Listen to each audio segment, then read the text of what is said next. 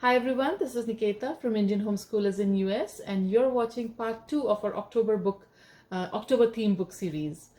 In case you missed out on the first one, I'm going to put a link of that in the description box below. Do check it out when you get a chance. Let's get started. The first book that I wanted to share with you guys is a biography. It's a biography on Picasso, Pablo Picasso. Pablo Picasso was a famous artist. In case you don't know, he was a famous artist from the 18th century, and he's as famous now as he was back then. And so this is a good book that I found on him. It's actually a series of books. This is called Getting to Know the World's Greatest Artist, and of course this is on Picasso. What I like about this book is it has a lot of the paintings that Picasso was famous for, and also they have these cute comic strips that the kids will enjoy, and it'll be entertaining for them. The book is very easy to read. It's both good as a read aloud as well as independent reading. They actually even have a list of museums that house these paintings that they have pictured in the whole book. So this is a good book that you could check out. The activity that I thought would be good to go with Picasso is painting, of course, right? So these are two of the paintings that my kids did. This is by Dhruv, this is by Yash when he was in 3rd grade. I think this is also 3rd or 4th or 5th, somewhere around them. I think maybe 5th grade. That the kids made, and this is based on his Cubism, the art Cubism. So Picasso, like normally when you're making a painting, you want it to be as real as possible, right? But Picasso was different. He made it a little funny. He would put the eyes anywhere. No, one eye is here, one eye is here, one nose is here. So that's how Picasso did. This is one of his paintings, and you can see, the eyes are here, the nose is here somewhere. So that's what he was famous for. And so this is how my son drew. He has different kind of eyes, so the kids can get creative. They can use their imagination to make this painting. Another idea connected to this, what you can also do is if they don't want to make a painting, you can get some magazines and cut out some of the faces from the magazine, like just the lips and some eyes from somewhere and nose from somewhere, and put it all together into a face. So that's something you could try for Picasso. The second book that I wanted to share with you guys is an animal, and this is owls. I thought, we have the Halloween, this is the Halloween month, and owls play an important role in Halloween, so I thought we can talk about owls. The two books that I had that I really liked one is The Owls by Gail Gibbons. I really like any of the books by Gail Gibbons. He has some really good books on different animals. Very good illustrations and good information too. This is again a great book to read to the kids, as well as good for independent studies. The book talks about all different kind of owls, and their different features, how their talons are, how their claws are, and how they live, how the baby owls are, what is the biggest owl, smallest owl, that kind of a thing. So very good book. Then there is this one. This is called Owls. This is the Extreme Raptor series on owls. They have a whole series on different raptors, obviously. And this is on owl. This is a good book. This is more detailed than this one. It has real life pictures of the animals and great information. Great information. They have the biggest owl, how big the biggest owl is, and how small the smallest owl is, and the different features that owls have and what makes them unique. So both the books are great. It's just that one is more a little bit heavier reading than the other. So this is the little bit older kid version of the one by Gail Gibbons. An activity to go with this is how owls, they're famous for the way they turn their head, and they can turn their head all the way around, right, 360 degrees. So I thought we could do an activity on that. So do check out this video and see if you like it. This is both a craft and an activity, a learning activity. We are making an owl, and we are also going to learn how they see. So for this, we are going to need 2 toilet paper rolls, the tubes, glue, any colors, markers, colors, scissor, and paper plates. We are going to need 3. So let's get started. The first thing I'm going to do is I'm going to trace out 2 eyes. and the eyes, the circle has to be the size of the toilet paper tubes. So I'm going to use one of them to trace out a circle. Now, there is this misconception about owls, that owls cannot see during the day. Well, owls can see during the day. They can see during the day, but they don't see as well as they see during the night. And because of this, they don't come out so much during the day. And that's probably what created the misconception that owls cannot see during the day. Another misconception about them is that owls use echolocation. Well, they don't. Owls don't use echolocation, but they do see things differently than other birds, and that's what we are going to learn about with this activity. So I have traced the eye circle on the paper plate, and I'm going to take out 2 of these. Yeah, we need 2. Yeah, just making sure. 2, and I'm going to cut a hole in the where the eye circle is. So I've cut out the eyes. I'm going to take my toilet paper tube, and on one side I'm going to give it a cut, 4 cuts like this.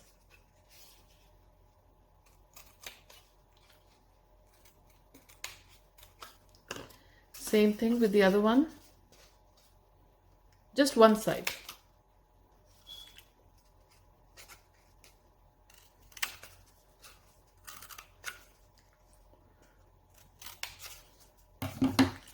And you're going to bend it like this.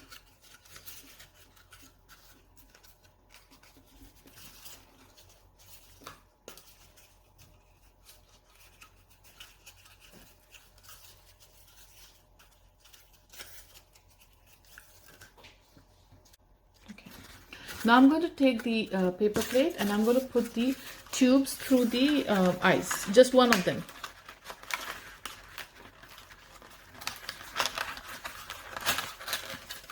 And put it all the way till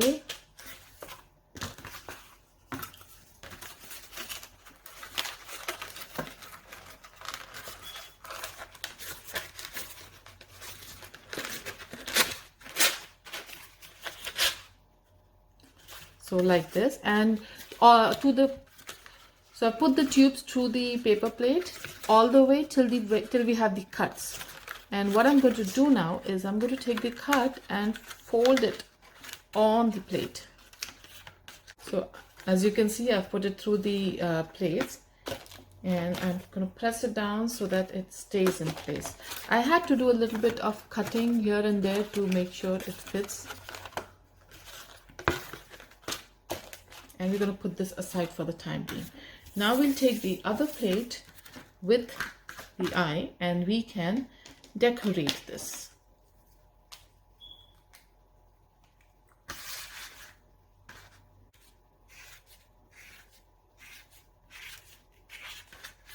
Now I have colored the owl, and I know it kind of looks weird right now, but have patience.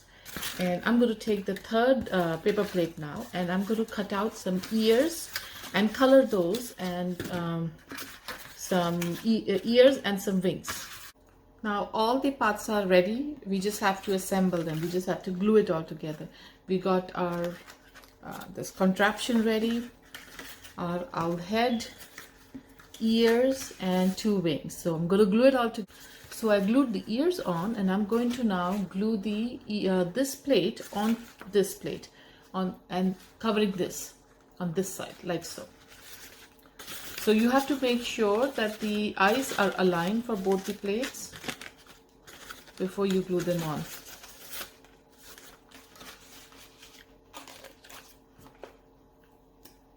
Now I'm going to put some glue onto the wings and put this in place too. Now, if you didn't know, owls cannot see on the side. They have like a tunnel vision. So they have to turn their whole body. If they want to see something, they have to turn their whole head. They have to turn their whole head to see something on the side. And that's what we are going to teach the kids. that this is how the owls see things. So our owl mask is all ready. This is how it looks from the front, and I'm sure you can do a much better job at decorating it. This was just to give you guys an idea. And this is how it looks from the back.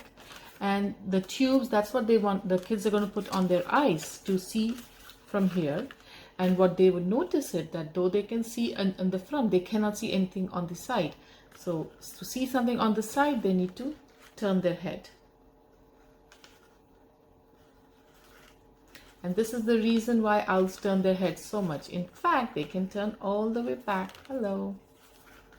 Happy Halloween. The third book that I wanted to share with you guys is about bats.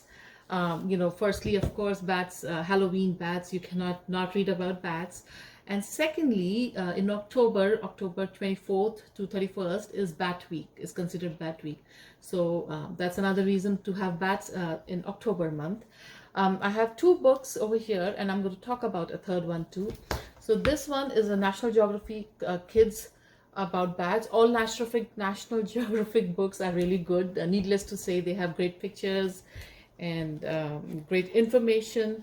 You cannot go wrong with National Geographic books. That's one. And then the other one is kind of fictional, kind of non. It's Big Brown Bat, and this follows the story of a bat. So they introduce information about bats without while making it more story-like. So this is another one. And the third is a completely fictional one, but I think it's a very cute story. It's called Stella Luna. And it's about this little bat that ends up with some birds, and it learns bird behavior. So I think that would be a cute read for the kids. So, check out these three books, and I'm going to put a link for all the books in the description box. An activity to go with that, I'm going to post that. This is more of craft that you can do with the kids. So enjoy. To make a bat origami, you need a square piece of paper. And to begin, what you're going to do is you're going to fold it in half diagonally.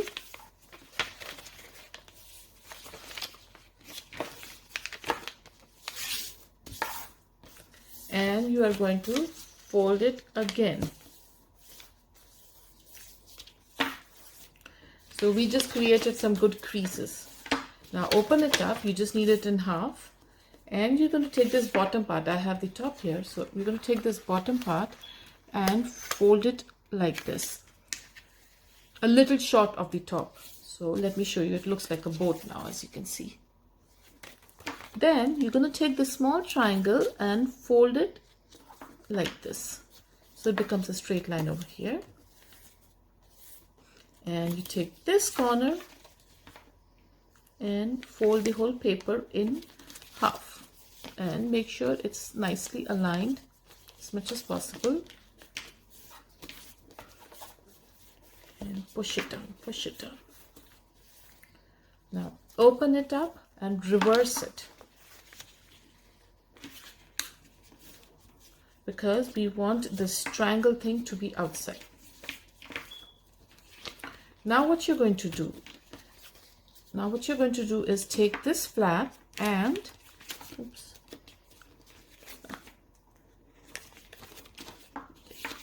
take this flap and fold it like this.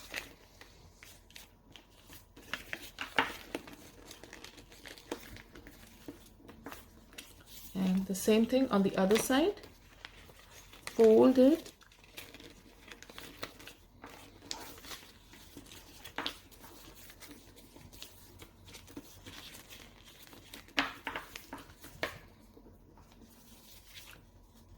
and now you have it like this so far.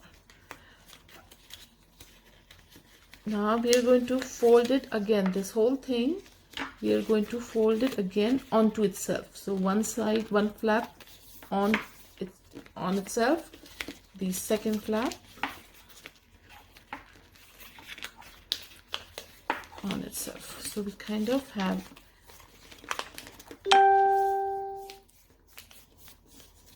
this looks like this now. Then you take this one. We're almost there, so have patience, guys. So we take this and we fold it outwards like this. You gotta align this with this one, with this edge, the fold. When you're doing it, keep in mind to use a thin paper, because if you're using too thick a paper, the folding is a little bit harder. Same thing on the other side, fold it like this. It wouldn't matter too much if it's not properly on each other. It really wouldn't matter that much. And your bat is almost ready. So what we're going to do is, so it looks like this now. Okay. Now we're going to open this, and this triangle that we had, open only one of the flaps and cut it in the center like this.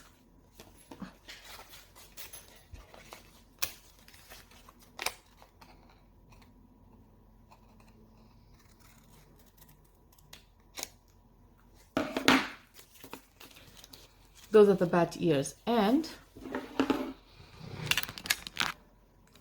you take this brown thing paper and fold it like this, and this ear also fold it like this. So you have your two ears, and that's his head. And I'm going to take a marker and mark Mr. Billy's eyes.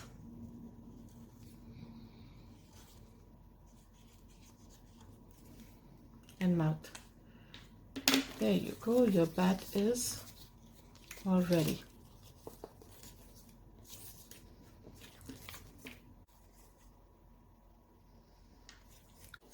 Now, if you have younger kids, this might be a bit too much. So let me show you something else that's super easy. For that, you're gonna need is a toilet paper roll, a black paper, scissors, then marker, some colored paper, some other colored paper. I have some scrap paper here, and glue stick. So this is very easy. What I'm going to do is I'm going to wrap this black paper around this. So I have one ready to go. So here we go. Next, what I'm going to do is I'm going to draw wings, bat wings on this paper, and I'm going to draw some tooth and eyes on these two. So let me just do this quickly.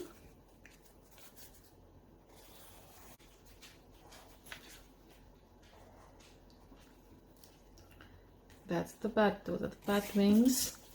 And then I'm going to draw an eye on this one, another eye on this one, and a small eye on this one, and tooth on this. Let me cut these out. So I cut out all my pieces, and I'm going to glue it on this, and let's see how that goes. I glued all the pieces together, and I added some bat ears, which I forgot to show, and I taped a bamboo stick on the inside of the toilet paper. Happy Halloween, you guys! Alright, I hope you guys like that one. And of course, when you're doing that, you can teach them about echolocation. So that's another thing that you can do. The fourth book that I wanted to talk about is about the autumn season. We are in the autumn season, so I thought it's a good time to read this kind of book. So this is a great book. I truly love this one. It's Bruce Colston's Awesome Autumn. And this has all kinds of things in it. Of course, when we talk about autumn, we are in the Northeast. And if you're talking about autumn, the first thing that comes to mind is the changes, the leaves, the color changing leaves. And it's absolutely gorgeous in Northeast. These are the leaves. They change color in this season, and the kind of clothes that you wear in autumn season, how the day and night works, what kind of plants, fruits and vegetables that you get in the autumn season, what comes next after autumn, and animals. We talked about some of the animals in this video and the previous one. So what kind of animals, hibernation, it covers all that in this book. And towards the end, they have a lot of autumn related activities that you can do with the kids. So this is a great book. Definitely check it out. It's again Bruce Colson, Awesome Autumn. Another one that you could look into is Hello Autumn. This is a little bit basic version, a little kidder version of this book. It doesn't have it's really good for the younger kids because it's not, it's not too heavy. Yeah, so it has, a lot of pictures and just a few words. So but everything that needs to be covered about autumn is also in this book. So these two books are great, and I also wanted to share, as promised, I wanted to share an activity that would go with these books, and that the activity that I have planned for you guys is why do leaves change color and what color they change into. So take a look at this video, and I hope you guys like it. With this experiment, we're going to learn why leaves change color. Depending on where you are, the leaves sometimes change color in the fall season. So we're going to learn why they do that. For this, we need a glass, some fall leaves, the ones that change color, isopropyl alcohol or rubbing alcohol if you have that, gloves for safety, and some kitchen towel that I've torn into strips. So what we're going to do is we are going to take the leaf. I'm going to take this one of the leaves and crumple it, or with the scissor maybe you can just break it out into small pieces and put it in there. You don't need the stem. Same with the other one. So you know that the green color is from chlorophyll, and chlorophyll not only gives green color to the leaves, it also makes energy for the plant, for the trees. So chlorophyll is a very important thing. But apart from chlorophyll, the leaves also have other pigments, other red, yellow, orange, and sometimes purple color pigments in them. Now they can't be seen because the chlorophyll, the amount of chlorophyll they have is much more, because they need food, they need energy, so they have much more chlorophyll in leaves than these pigments. But when the daylights get shorter during autumn season, the daylights get shorter, so the sun is out less, so the chlorophyll is made less, and that's why we start to see the other colors in the leaves. And so this is what we're going to do. I crumpled the leaves in there, and I'm going to cover them up with the isopropyl alcohol. Now I got a green one without thinking about it, but if you have a transparent or whitish one, that would be better. I'm going to just put so much that it covers the leaves. I'm going to tell you why. Oh, I should have worn my gloves. Do wear gloves when you're doing this.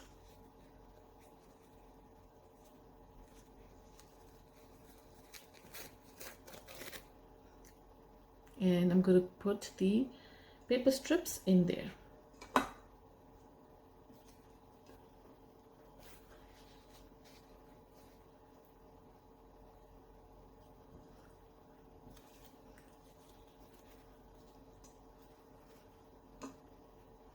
And it should be dipped in the water.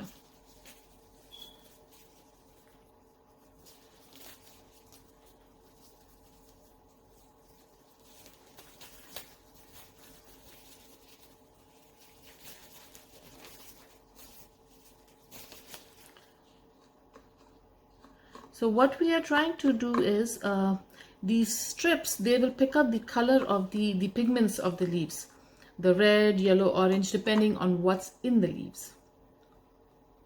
So this is what happens in the autumn season. The chlorophyll is manufactured less and less by the leaves, and it slowly, the other colors start popping up, and pretty soon there is no chlorophyll and it's just the other pigments, and then the leaves fall down. So this is a long term, we're going to keep this soaked like this for maybe the whole night. Sometimes we need the whole night, and then you take it out and dry. I do have some that I did beforehand, so that we have this to show. Now this green is from the isopropyl alcohol, but you can see there is a little yellowish tinge here. This is the color of the pigment. I have another one that you can see some reddish. I don't know if the camera is catching it, but there is a little red in there. Yeah, that's from the leaves. So this is how this experiment is done. It's a good way to teach the kids how the leaves change color and what color is in the leaves. So I hope you guys liked the video, and once again check out the first one if you haven't done so already, and I have another one coming, so stay tuned for that. Happy Halloween, you guys.